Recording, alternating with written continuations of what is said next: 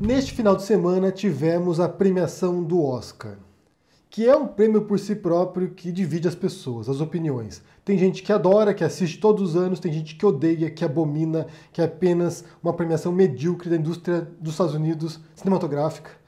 Tem quem pense que realmente os filmes premiados são relevantes, tem quem acha que não quer dizer nada, tanto faz. E nesse ano em particular a gente teve um elemento a mais, que foi a polarização política brasileira também entrando no Oscar, graças ao documentário da Petra Costa, Democracia em Vertigem, que estava indicado para a categoria de melhor documentário. Você viu uma briga generalizada na internet, pessoas que diziam que o filme da Petra Costa era um ótimo retrato do que se deu no Brasil de 2013 em diante, com esse colapso, né, com essa crise democrática no Brasil, com o golpe contra Dilma e também com a crescente polarização política no debate brasileiro.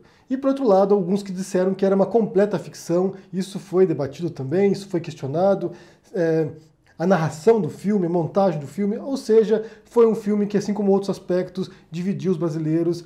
E, por um lado, você tinha um grupo defendendo a Petra Costa, defendendo o trabalho artístico dela, que é extremamente relevante, e é um debate que foi suscitado porque também a gente observa a crise de democracias em outros países do mundo, então é algo muito atual, muito contemporâneo, e, por outro lado, aqueles que acharam que, pelo viés partidário dela, ou pelo viés ideológico dela, aquilo que ela diz não tem o menor valor. Então, mais uma vez, que a gente tinha debates bastante rasos e que não chegavam a entender muito bem a proposta da Petra. Bem, o documentário dela não ganhou, não foi escolhido como melhor documentário. O melhor documentário foi, nesse ano, Indústria Americana.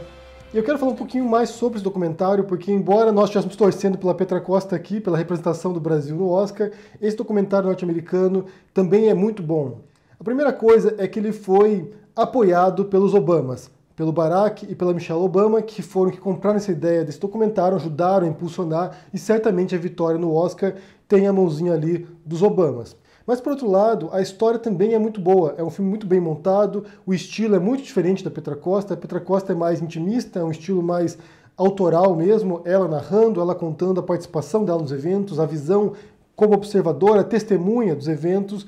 Já na indústria americana você tem os documentaristas mais afastados, só observando as coisas que se dão. E quando você vê a entrevista que eles deram para os Obamas, inclusive, eles falam sobre isso, né? Como eles começaram a fazer o documentário sem saber muito bem para onde isso levaria o filme. Começaram a gravar a fábrica, que a história é justamente essa, é uma fábrica norte-americana, uma montadora norte-americana que vai à falência. Alguns anos depois, uma fábrica chinesa se instala nesse mesmo local e contrata, em parceria, trabalhadores chineses e trabalhadores norte-americanos, trabalhadores da cidade local. Então, quando os documentaristas vão cobrir essa instalação da fábrica, eles não sabiam que surgiria disso. Foram observar o processo. Não tinham uma história pronta e nem uma visão retrospecto para poder montar essa história. Eu quero mencionar alguns pontos que me chamaram a atenção aqui do filme, do Indústria Americana, sem dar nenhum spoiler, sem avançar muito em pontos cruciais da história, mas realmente para a gente poder refletir sobre por que ele foi escolhido nessa premiação.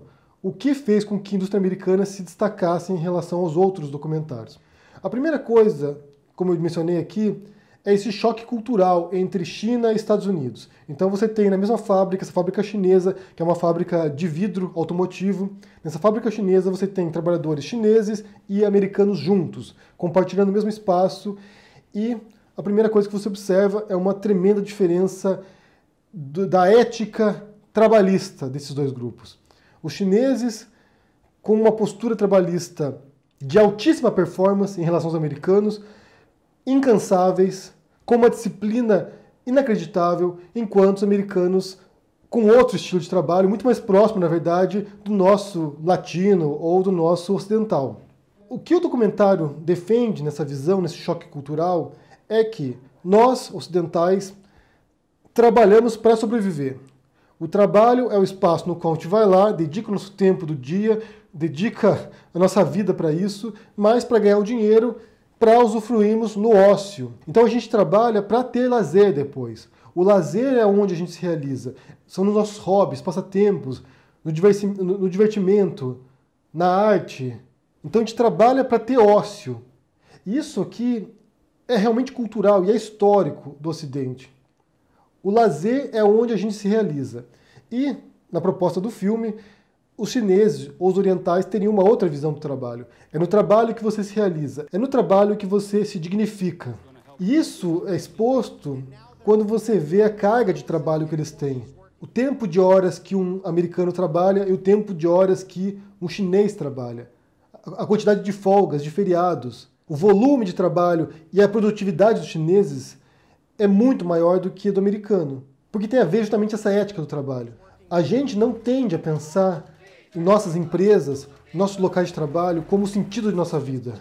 A gente vende a nossa hora de trabalho, a gente está lá, muitas vezes só fisicamente, não mentalmente, a gente só está lá para poder ganhar nosso salário e depois voltar para casa. E é óbvio que esse choque cultural, esse choque de ética de trabalho vai gerar conflito dentro da fábrica. Porque os chineses não compreendem a preguiça dos americanos. E eles falam isso literalmente durante o documentário, como os americanos são preguiçosos. Eles não compreendem isso, porque eles acham que o dever deles é produtividade, é render para a empresa. Enquanto que, por outro lado, os americanos ficam deslumbrados e até um pouco assustados com o grau de dedicação dos chineses ao trabalho. Então esses são os dois primeiros aspectos que eu observei, que é o choque cultural e a diferença de ética trabalhista. Depois que você tem também, e que talvez seja o grande tema do documentário, que é a ascensão da China como potência capitalista.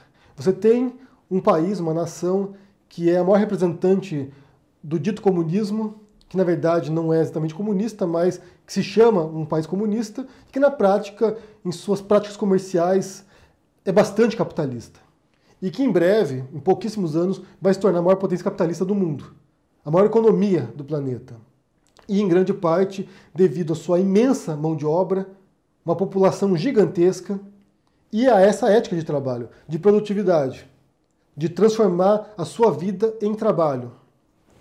Inclusive, é importante ressaltar que a própria premiação desse documentário, como melhor documentário no Oscar, também indica uma certa sinalização, uma certa compreensão do mercado norte-americano de que, fato, os olhos nossos se voltam agora para esse continente, para o Extremo Oriente. Já é um prenúncio do que virá adiante. Inclusive, vale ressaltar aqui, quando você lê os livros que relatam o começo do governo Trump, como o Trump tem uma preocupação enorme em relação à China.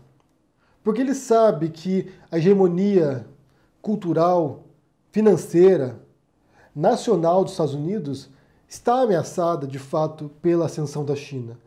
Então, quando o Trump, por exemplo, vai nos estados do interior dos Estados Unidos prometendo trazer de novo os trabalhos, e quando ele fala isso, ele se refere aos trabalhos industriais das fábricas que migraram, em grande parte, para a Ásia. Quando ele fala isso, no fundo, o que ele está defendendo é uma retomada daquela época áurea de grande crescimento econômico dos Estados Unidos, do pós-guerra, quando você vê a indústria norte-americana dominando o mercado global. E isso acabou, essa era acabou. E não tem como voltar para trás, não tem como resgatar isso. E esse é o embate que se dá entre o Trump e seus assessores econômicos, que falam isso para o Trump. Não é possível resgatar esse auge industrial dos Estados Unidos, porque o país hoje é um país de serviços, como muitas potências, como muitos países desenvolvidos do mundo. Hoje é mais importante para esses países vender tecnologia, vender conhecimento, do que vender mão de obra industrial. Mas é claro que quando você fala com essa população desses estados ou dessas cidades que perderam esses postos de trabalho para o Oriente, para a China, para a Tailândia, para a Indonésia ou para outros países da Ásia, é claro que essa população não entende essa dinâmica econômica de profunda transformação de um modelo para outro. Eles querem de fato resgatar o passado, mas isso não vai acontecer. E outro tema que perpassa o documentário Indústria Americana é o da sindicalização, da formação de sindicatos e da precarização do trabalho. Então, por exemplo, quando os americanos trabalhavam nas montadoras americanas, na GM, na Ford, eles tinham certas condições trabalhistas que eram invejáveis no país. Tinham bons salários, tinham segurança, tinham certas garantias que muitos trabalhadores dos Estados Unidos não têm. Quando essa fábrica chinesa chega, ocupando esse vácuo deixado pela falência de montadoras naquela região, eles recebem um salário mais baixo do que recebiam antes e sem as mesmas seguranças que tinham. Então os trabalhadores norte-americanos começam a se mobilizar, a se organizar para montar um sindicato na fábrica, justamente para defender os seus direitos. E que é um legado de uma luta dos trabalhadores no mundo, de defesa de direitos. Isso na contramão da precarização do trabalho. Então são duas forças em colisão e esse mundo novo tende a nos levar para a precarização, para cada vez menos direitos, menos segurança, menos certezas. A gente nem sequer tem a certeza que no futuro a gente terá certos postos de trabalho por causa da automação. O historiador Harari, por exemplo, no livro dele Homo Deus, fala justamente desse cenário que é bastante preocupante, da precarização do trabalho e do desaparecimento de certos postos também, que hoje nos parecem óbvios, dados, e que no futuro não existirão mais. Então a organização dos trabalhadores para se sindicalizar, enquanto que isso é visto, de certo modo, como uma luta genuína dos trabalhadores por seus direitos, pelo dono da fábrica, pelo chinês dono da fábrica, isso é visto como uma ameaça. Eles não devem se organizar. Porque se eles se organizarem, eles vão se fortalecer, obviamente, e vão enfraquecer a posição do chefe, do patrão. Isso soa como uma enorme contradição quando você pensa no modelo da China comunista, ou do que seria, né, um país que, em essência, defenderia os direitos do trabalhador. Então é um esforço visível e muito forte do patrão para evitar que os funcionários se sindicalizem. E quando você compara com o sindicato na fábrica chinesa, isso na China já, você vê que lá o sindicato está intimamente ligado com o patrão. É mais para defender os interesses da fábrica ou do patrão do que de fato dos trabalhadores. Então é simplesmente um sindicato fictício, imaginário.